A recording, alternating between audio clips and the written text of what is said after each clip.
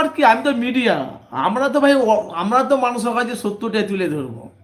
আমরা মিডিয়া, আমরা সে নওশাদ সিদ্দিকীর হোক কি যারই হোক, আমরা কারো চামচা দালালি চাটুগিরি করি না, সত্যটা মানুষের কাছে প্রকাশ করব। যেভাবে নওশাদ হোক আর যেই হোক, আমি কারোর চামচাকে দালালি করি না ভাইজান। আর নওশাদ হোক আর যেই হোক, ভাই ভালো আছে? জি আলহামদুলিল্লাহ, খুব ভালো আছি ভাইজান। এই যে হুমায়ুন কবির, জি ভাইজান খুব ভালো আছি আলহামদুলিল্লাহ।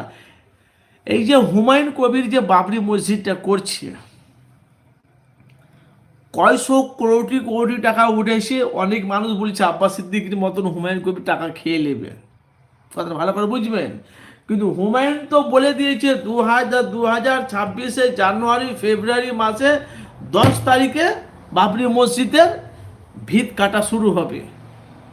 অথচ পুরো চতুর্থটা কীভাবে কী হবে না হবে পুরো ইঞ্জিনিয়ারদের কন্ট্রাক্ট দিয়ে দিয়েছে, কাজ চালু হবে। সেই নিয়ে এখন ফুরফুরা শরীফের কিছু মানুষ তারা বলছে এটাকে ধর্ম, এটা নিয়ে বিজেপির দালাল হুমায়ুন কবির এখন ধর্ম নিয়ে রাজনীতি করছে, মুসলমানের ভোটগুলো কাটবে আর 2026 মুসলমানের ভোটগুলো কেটে ওই হুমায়ুন কবির হয়তো তৃণমূলে যাবে, নাতে বিজেপিতে যাবে। ভাই কথাগুলো খারাপ লাগছে? বলছি ভাই কথাগুলো খারাপ লাগছে? আপনারা বুকে হাত দেওয়া বলেন তো, আমি যে কথাগুলো বলছি কথাগুলো খারাপ বলছি?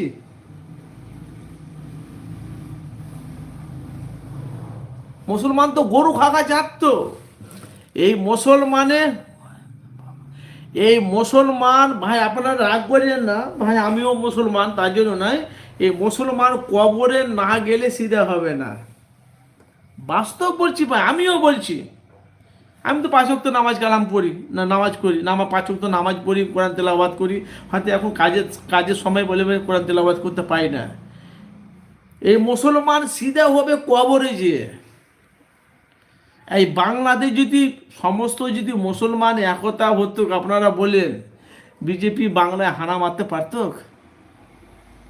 নিরীহ নিরীহ বাচ্চা ছেলেগুলোকে যেভাবে মারছে, কিছুদিন আগে দেখলেন শালিমা থেকে একটা মাদ্রাসার ছেলে ট্রেনে করে হয় বাড়ি আসছিল কি যাচ্ছিল, কিছু বিজেপির পাঁচাটা দালাল, আরএসএসের দালাল, গেরুয়ার দালাল, সে বাচ্চা ছেলেটাকে টেনে এমনভাবে ফুটবল মারছে।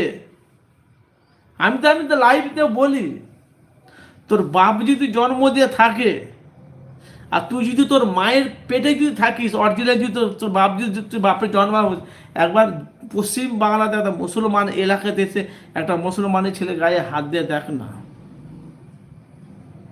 আমি তো ভাই, আমি কাকে ভয় পাই না ভাই, আমি যা বলি একদম ডাইরেক্ট বলি, ওই কাহরি চামচাগিরি দালালি করি না আমি। আমার লাইফে ভিউ, আমি তো লাইফে আসি না, আমি তো অন্য লাইফে আসি। আমি এফএস আনারুল মিডিয়াতে অলরেডি লাইভ ছেড়ে দিয়েছি। আমি খালি সকালবেলা একবার লাইভ আসি, বাকি আমি অন্য লাইফে আসি, যাতে আমার ফলোয়ার বেশি। তাহলে আপনারা বলেন, তাহলে মানুষ কাকে বিশ্বাস করবে? ভোটের আগে বাপ ভাই বোনাই খালু মামা মামি কত রকম ছলিয়ে ফলিয়ে ভোটটা নিচ্ছে। যেমনই ভোট মানে হয়ে যাচ্ছে, যেমনই গদি পেয়ে যাচ্ছে, যেমনই সাকসেসফুল, তখন তোমাকে আর চেনছে না। এখন দেখেন না পরিস্থিতি কী হচ্ছে। মুর্শিদাবাদের কথা বলছি ভাই, মুর্শিদাবাদের কথায় যারা এসআইয়ের যারা ফর্ম বিলায়, যারা এসআই যারা ফর্ম দিচ্ছে, তারা পাবলিকের মারের ভয়ে চোদনে তারা বলছে এই চাকরি আমরা করবো না। কেন?